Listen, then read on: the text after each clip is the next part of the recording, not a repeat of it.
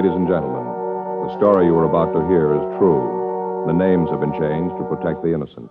Fatima Cigarettes, king size, extra mild and soothing, brings you Dragnet on both radio and television.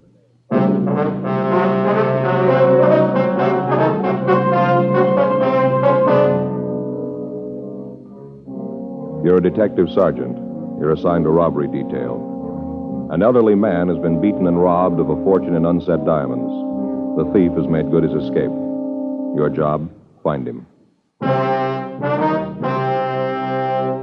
Friends, the name Fatima has always stood for quality. Fatimas are distinctive, with a truly different flavor and aroma. And in king-size Fatima, you get an extra mild and soothing smoke, plus the added protection of Fatima quality. Remember, in Fatima, the difference is quality. Because of its quality, its extra mildness, its better flavor and aroma, Fatima continues to grow in favor among king-size cigarette smokers everywhere. Switch to Fatima yourself today. Ask your dealer for Fatima in the bright, sunny yellow pack. King-size Fatima. The difference is quality.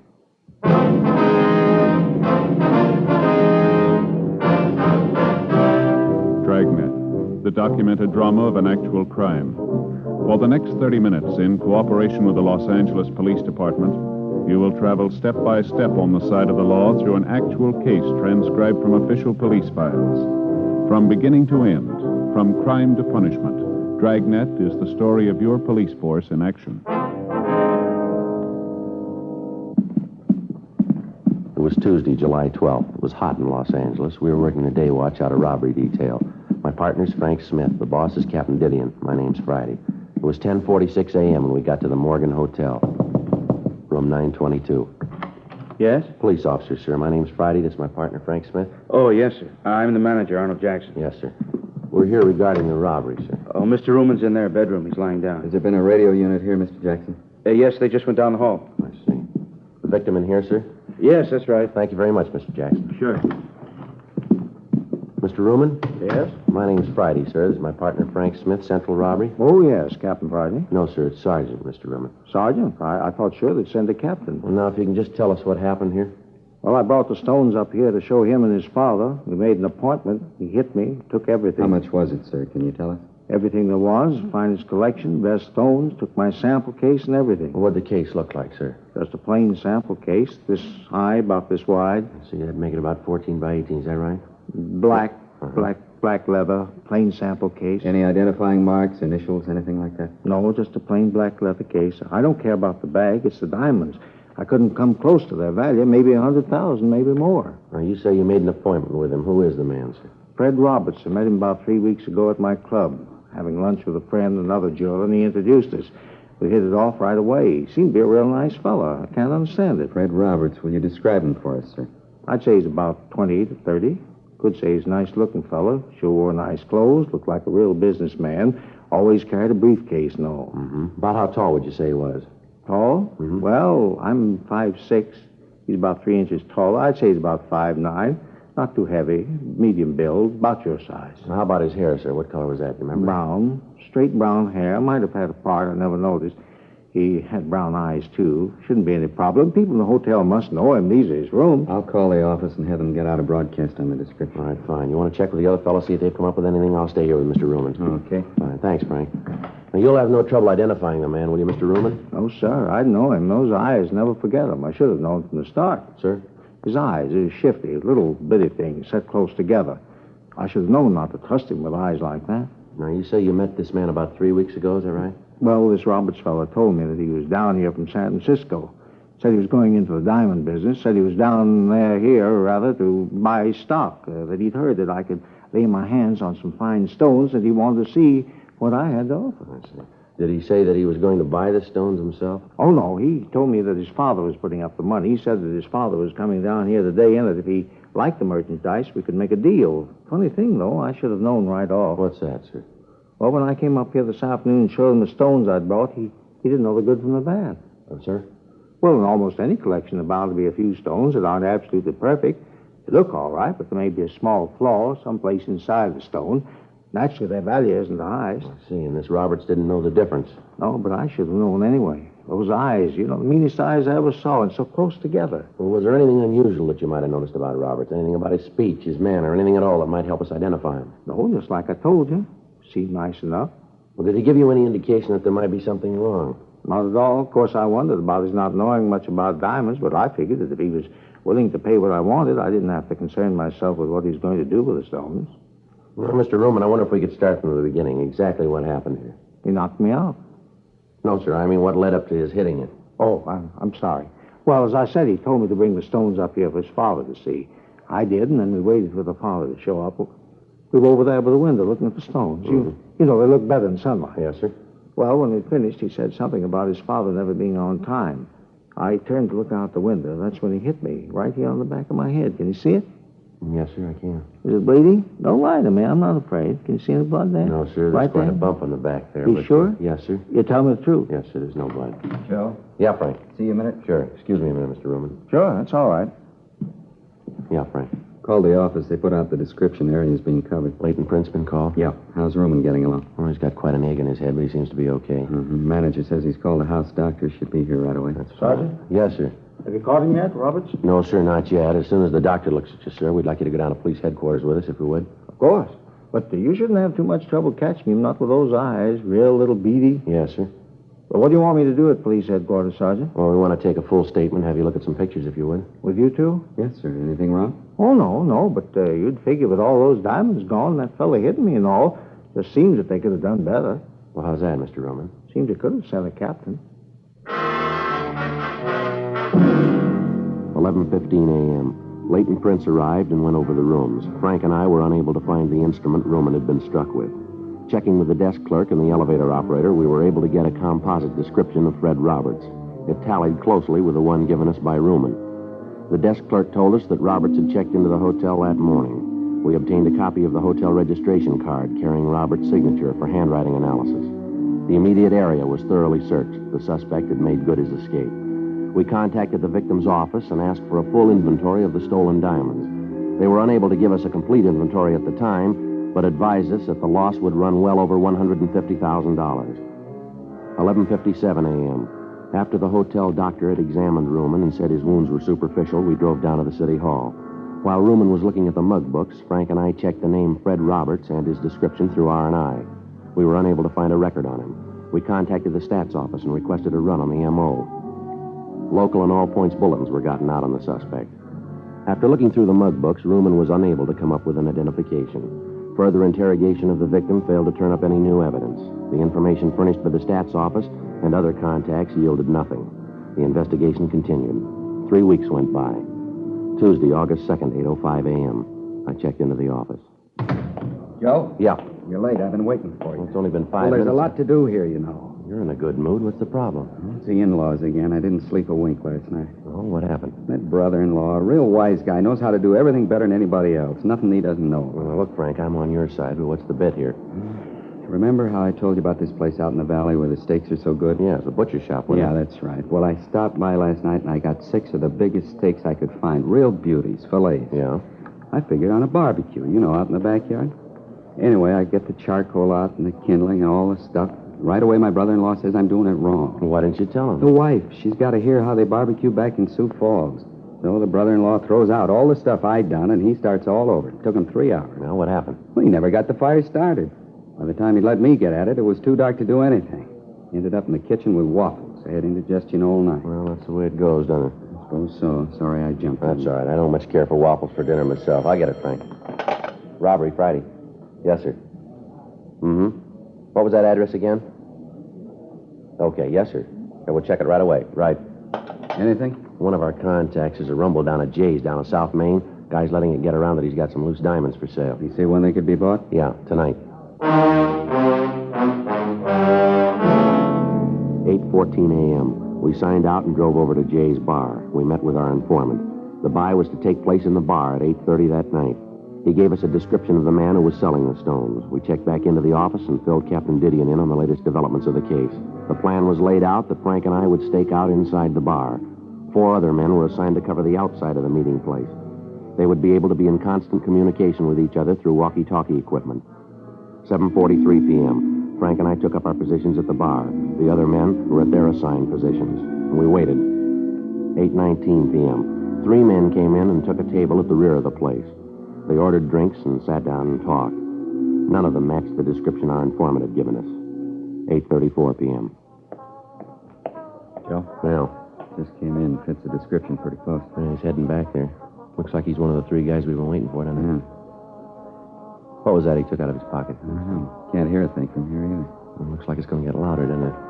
All right, that's fine with me. I didn't ask you to buy the stuff. You can see for yourself it's good. The price is right. If you don't want to buy, then you're wasting my time. Lousy, chintzy deal. You get me here, and then you pull a deal like this? As far as I'm concerned, the buy's off. Nobody sent for you. Forget it. That's him. He's got the stones. Let's take him, Frank. Go at the back. All right, hold it up, police officers. Watch it, Joe. All right, now stand right where you are. Keep your hands out in the open. You want to shake him down, Frank? Yeah. Stand still, you. What are you tagging us for? Just having a drink? What are you trying to do? They're clean, Our Joe. boy got away. They'll pick him up outside. Look, what do you want us for? Just sitting here having a drink. What are you trying to prove? Skip it, mister. You're selling us nothing here. I don't know what you're talking about. Frank, Yeah, hold still. here's my cuffs. All right, let's go. I'll check outside, see if they got the other one. Yeah. Look, you don't need these handcuffs. I'm not going anyplace. I got nothing to hide. What's this all about? Save it, mister. Say what? We come in here to have a couple of drinks. We're not bothering anybody. Just a quiet drink. You guys jump on us. What's the pitch anyway? Let's stop playing games here. There was a diamond buy tonight, and you were in on it. Diamonds? Are you kidding? Here, look at me. Do I look like the kind of a guy can afford diamonds? Not only that, but who buys diamonds in a bar? Now, look, let's get this thing squared away. Huh? Herman and Stromwell got the other one. Said they'd take him up to the office. Anything on him? No, dropped it while they were chasing him. What's that? Bag of unset diamonds. The 3 suspects we'd apprehended inside the bar were questioned. After a brief interrogation, the suspects admitted that they had gone to the bar for the purpose of buying diamonds. They explained that it was their impression that the stones had been smuggled into the country. The 3 men were booked in on suspicion of robbery pending further investigation. The 4th man, the one who was in possession of the diamonds, was identified as Larry Fry. We checked him through R&I and found that he had a previous record of 4 arrests receiving stolen property dating back to 1946. Frank and I took the suspect to the interrogation room. He told us that he'd found the diamonds in a back alley. The interrogation continued, but we were unable to change the suspect's story. A special show-up was arranged for Mr. Ruman, the victim in the jewel robbery. After looking at the suspect closely, he stated positively that this was not the man who had held him up. However, examination showed that the stones found were part of the diamonds taken in the robbery. The suspect was booked at the city jail. A check of his residence and other leads failed to turn up any additional information. Wednesday, August 3rd, 12:40 a.m. We had Fry brought from his cell. All right, sit down, Fry.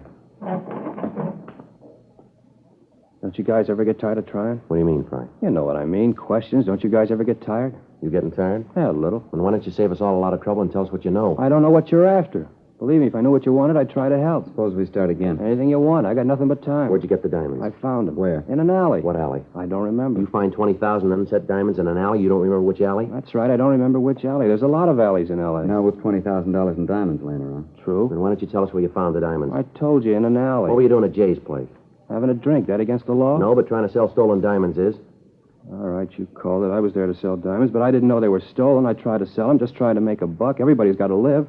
I told you, now leave me alone. Huh? I got enough trouble in this can with this lousy chow they throw at you. I don't feel so good, huh? Let me go back to my cell and lay down.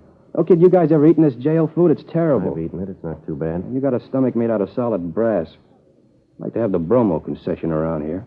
Look, I really wish I could help you guys, but honest, there's nothing to tell. I found the diamonds in an alley. Sure, I tried to sell them, but that's it. Now, you guys know if there's anything I can All right, do... now you come off it, mister. You better get this story straight. We're through playing with you. Maybe you don't know how you stand. I'll fill you in. A man slugged and $150,000 in diamonds are stolen from him. Part of those diamonds turn up in your pocket. You say you found them. I can't buy that, and I don't think anyone else will. You come in here playing like a lily, clean and white? Well, your record doesn't make it that easy to buy. That's how you stand, mister. The whole thing's right in your lap. It fits you like a new suit. Now, it's up to you. That's the way it is? You call it. No other way? None. Yeah. Well, if I could only get some decent food under my belt and a little fresh air, I might be able to give you guys the answers.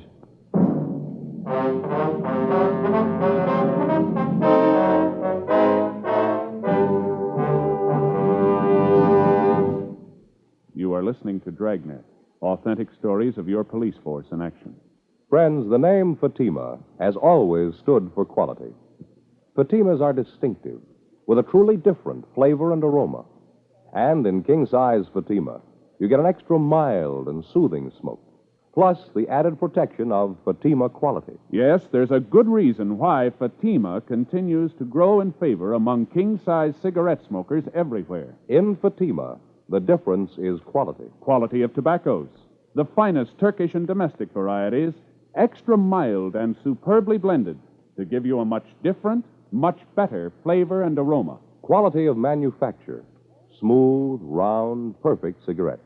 Rolled in the finest paper money can buy. Quality, even to the appearance of the bright, sunny yellow pack, carefully wrapped and sealed to bring you Fatima's rich, fresh, extra mild flavor. So next time, insist on Fatima quality. Look for the bright, sunny yellow pack.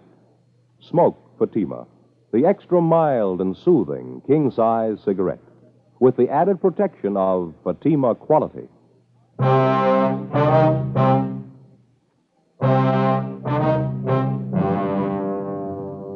We continued to interrogate Fry. From the evasive answers he gave us, it looked as if he was lying about his part in the robbery. When an interrogation seems to bog down, the working detective usually tries to find some subject with which to draw the suspect out, some weak point in his makeup. Maybe it's his parents, his wife, or his children. It might be the fear of having loved ones find out about the crime he's accused of committing. In Fry's case, questions about his family failed to produce any results. We tried other subjects, religion, baseball, golf, fishing. None of them seemed to bring him out of his shell. Occasionally, during the interrogation, he'd refer to the jail food, comparing it to the other food he'd eaten. As the questioning went on, we found that Fry considered himself a gourmet, talking about the dishes that he'd eaten at various restaurants. We tried to lead the questioning around to the diamond theft, but he constantly brought the conversation back to food. Fry had presented us with a possible wedge, and we decided to use it. We signed him out of the city jail and drove him down to Phillips' restaurant for dinner. When the waiter brought the menu, Fry didn't read it. He ordered soup, salad, and 2 French dip sandwiches. As he ate, we tried to get him to talk, but he refused, saying that he wanted to finish his dinner first. Frank and I each had a sandwich and some coffee. Fry continued to eat. He ordered 2 more sandwiches. Finally, he pushed his chair back and said that he'd had enough. Now for some dessert, huh? Dessert? Yeah, a meal's not complete without dessert. Figure I'll have some apple pie a la mode and some coffee. How is the coffee here? It's good. Now, how about the information? You know, Friday, that's why you can eat that jail food. You don't take care of your stomach. You got to learn to relax after a meal. Relax, you'll live longer. Well, what was that song and dance you gave us about telling us all about it? Just a gimmick to get a free meal? I told you, take it easy. I'll give you the story after dessert. All right, Frank. Yeah. Get the pie and coffee. Now, the waiter seems to be busy. You wanted that a la mode, Fry? That's right, a la mode. No cream in the coffee. Nice place here. They do a good business. They've been here a long time. Best French dip sandwiches I've ever eaten. Nice and lean, aren't they? Yeah, they put out a good meal. Here's your pie and coffee. Thanks. 3 spoons of sugar? That's right. Coffee sure smells good. Hey, it tastes good, too. All right, let's get on to business, Fry. Now, what about the diamonds? Where'd you get them? From a guy named Joe. What's his last name? Never heard it. He gave you the diamonds to sell. You don't know his last name? Yeah, that's right. Where'd you pick up the diamonds? Didn't. Joe came by my house and left them. What's this Joe like? Oh, medium height, about 32, medium weight. How about his coloring? Medium. He's a real ordinary-looking fellow. Where'd he say he got the diamonds? And he brought them out from the east with him. Didn't tell me where he got them back there. Think he's done time someplace. Why'd you say that? I just figured it. The way he talks, the way he handles himself. Got the marks. You'd know him if you saw him again? Oh, sure. Think you could point him out to us? Have you got him? No, but if he's done time, there's a mug of him. Figures we got it. Want to look through the mug books? Sure. How did this Joe get in touch with you? Called the house. Told me what time he'd be there. When do you usually call? Most any time. I know what you're figuring, but it won't work. This whole thing's been in the papers. He won't call me now. Too smart for that. He won't show. How about the diamonds? Don't you think he'll be sore about you being picked up? So he's sore. He's got no beef. He's still got 130 grand in stones. He's got no worries. Say, how about some more No, coffee? you've had it for tonight, Fry. Let's go. Oh, thanks for the meal. Sure appreciate it. Yeah. That jail food was killing me. You know, a good meal always makes me sleepy. Sure getting late. Hey, let's knock it off for tonight, huh, fellas? I'm bushed. Now, let's look through the mug books, then we can call it a night. Honest, fellas, I'm so tired I can hardly see straight. Feeling like this, I couldn't be sure. All right, Fry, we'll take you back, and we'll see you the first thing in the morning so we can get started. Okay. Say, I was just wondering. Yeah? You think you could work out something for breakfast? 2:30 a.m. After returning the suspect to the city jail, Frank and I went back to the office. We were certain that Fry was in some way implicated in the diamond theft, but we didn't know just how he fit in. Frank and I signed out and went home to get some sleep. 4:45 a.m. I got a call from the business office that a man who identified himself as Joe Ashton had been picked up on a drunk charge. When arrested, he was carrying a black leather case, similar to the one taken in the robbery, containing a large quantity of unset diamonds.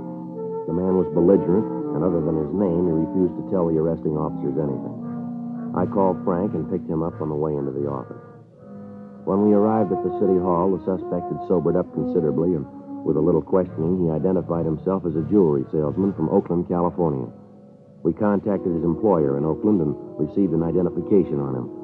Further investigation showed that Ashton was in legal possession of the diamonds. During investigations, false leads are constantly turned up, and although circumstances may tend to discount them, each one has to be thoroughly checked out. 7:45 a.m. Frank and I had breakfast at Johnny Cokin's, and at 8:32 we signed Fry out of the city jail for interrogation. You had breakfast yet, Friday? Yeah, I just finished. Not too bad. How about you, Smith? Yeah. What'd you have? Waffles? Yeah, I sure like some hot waffles. I didn't eat here. Figure you guys might take me out again? What are you trying to prove, Fry? Now, let's go over and look at those mug books, huh? Okay. Hands behind you. Oh, now, look. Behind you. All right, let's go.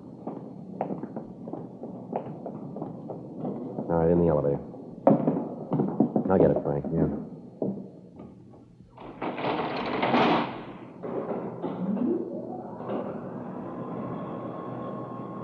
Sure, a nice day. Bet it's warm out. It's gonna be. Yeah.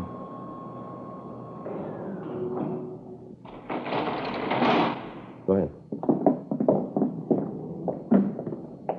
Sure you guys don't want a cup of coffee? No, I told you we've eaten.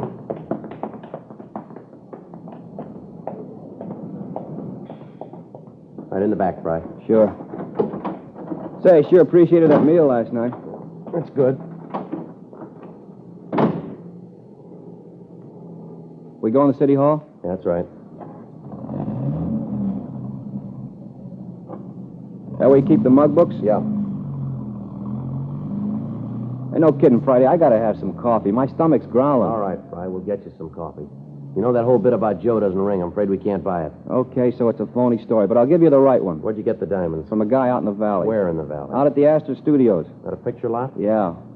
Frank, let's head out the freeway. We're going out the valley. Hey, wait a minute. I don't want to see him. He'll blow his top if he finds out I told you. This guy's crazy, a real nut. You better drop me back at the jail. I'll wait. How do we know this isn't another stall? It isn't. You'll see. What's this guy's name, this friend of yours? He's no friend, just a guy I met, had a business deal. What's his name? Calls himself Fred Roberts. We took Fry to breakfast, and then we returned him to the city jail. We went back to the city hall and rechecked the name Fred Roberts through R&I. There was no record. Those with similar names were checked. None of them matched the description of the suspect. 11:20 a.m., Frank and I headed for the San Fernando Valley. Astor Studios was one of the older lots in town. It had been years since they'd made a picture of their own. Most of their business now was in renting stage space to television companies. Frank and I checked at the gate, and we were sent up to personnel. The company records on Roberts showed that he'd been at the studio for 4 years in the property department. According to the girl in the personnel office, Roberts was highly regarded by his employers and fellow workers. She told us that we could find him in the prop building on the back lot. Frank and I started back to see him. That must be it back there, the big building with all the windows. Yeah. Sure a lot going on, huh? Yeah, TV's using a lot of movies, I guess. Most of the good stuff's on film, isn't it? Suppose so. About all Elizabeth likes to watch is the wrestling matches with those real old movies. I don't get to see much of the new stuff. If she's not looking at some show that's 20 years old, the kids are watching a puppet show. Well, you need 2 sets then. I've been don't you? thinking about that show. Not that I don't like wrestling, but I'd like to see the ball game once in a while. And those news forum shows. You know, keep up with what's going on in the world. Yeah. Looks like it here, huh? Yeah, that's him back there with a spray gun, isn't it? Yeah. Hey, Mr. Roberts. Mr. Roberts? Yeah? I'd like to talk to you, sir. Just a minute. I got to hit this before it dries. All right, sir.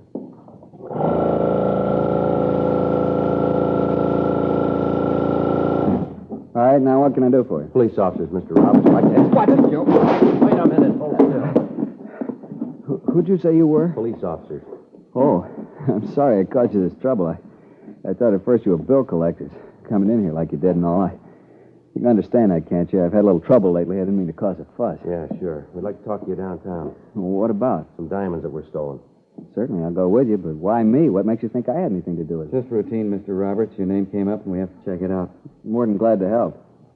I hope you don't think that I was trying to run away from you before. It was just that I thought you were someone else. All right, Mr. Roberts. You want to get your coat? Sure. I'll have to call the front office and tell them where I'm going. I'm the only one here today. No, we'll call them on the way out. Fine. A lot of work. Hope this won't take long. Should I take my car? I wouldn't like to trouble you to bring me back. No trouble, Mr. Roberts. Sure a nice day, isn't it? Good for exteriors. Exteriors? Yeah, outdoor shots. Good light. Oh, yeah. Run into a lot of trouble if you haven't got good light. Like to take a look around? No, I'm afraid we haven't got the time, Mr. Roberts. All right, here's the car. Say, I don't want to tell you fellas your business, but can't we talk here? I really shouldn't leave. No, I'm afraid not, Mr. Roberts. There's someone downtown we want you to meet. Oh? Yeah, a man by the name of Ruman, Sam Ruman. You said Ruman? Yeah, that's right. No use trying to kid you then. Sir? About the diamond. No, I'm afraid not. How'd you find them? That's not important. Do you have the rest of the stones? Most of them. Some of them are up in San Francisco. I can give you the name of the man who has them. He picked up some of them. I read about it in the paper. How about the rest of them? He buried them on a golf course south of here. I can show you the place. You want to get them now? Yeah, we'd like to, yeah. We'll go over the pass and into La Brea. Straight out La Brea. I'll tell you where to turn. All right. Fry, he the one that told you? You planned the robbery yourself, did you? Yeah, I had to raise money. Funny. What's that? You work in pictures in any job and people think you make a lot of money. It's not true. It's like any other job. Good living, but you don't make as much as people think you do. That's why I did it. Yeah. Planned the thing for a long time. Figured every angle. Be able to pay off my car, all my bills. That was no gag about me thinking you were bill collectors. I've been trying to find my car for the past month. Now take it away. You know how it is. Yeah, sure. All my life I've been working to make something out of myself. Everybody in this town seems to do okay. Money, big home, a car. 12 years I've been working as a prop man. 12 years. I got tired of waiting. I wanted all those things. I figured I waited long enough, you know? Yeah. What's wrong with trying to build some kind of a future for yourself? I just wanted a future, that's all. Yeah, well, you got one.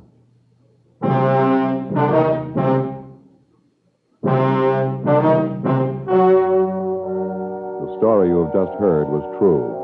The names were changed to protect the innocent. On November 15th, trial was held in Superior Court, Department 89, City and County of Los Angeles, State of California. In a moment, the results of that trial. Now, here is our star, Jack Webb. Thank you, George Fenneman. Friends, in your hometown as well as mine, more and more king-size cigarette smokers are switching to Fatima because of Fatima quality. Fatimas are distinctive, with a really different flavor and aroma.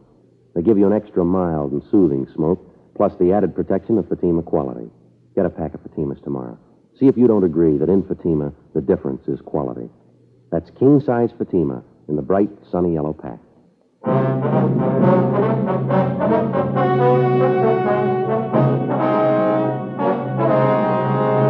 Fred Roberts was tried and convicted of robbery in the second degree. Robbery in the second degree is punishable by imprisonment in the state penitentiary or in the county jail. He is now serving his time in the county jail.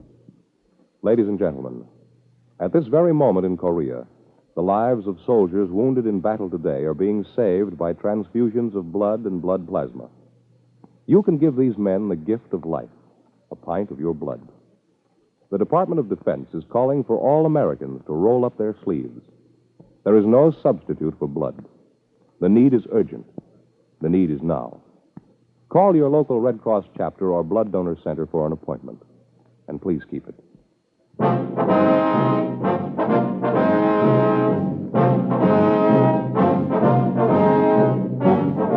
You have just heard Dragnet, a series of authentic cases from official files. Technical advice comes from the Office of Chief of Police W.H. Parker, Los Angeles Police Department. Technical advisors, Captain Jack Donahoe, Sergeant Marty Wynn, Sergeant Vance Frazier. Heard tonight were Vic Perrin, Herb Ellis, Vic Rodman. Script by John Robinson. Music by Walter Schumann. Hal Gibney speaking. King Size Fatima has brought you Dragnet, transcribed from Los Angeles.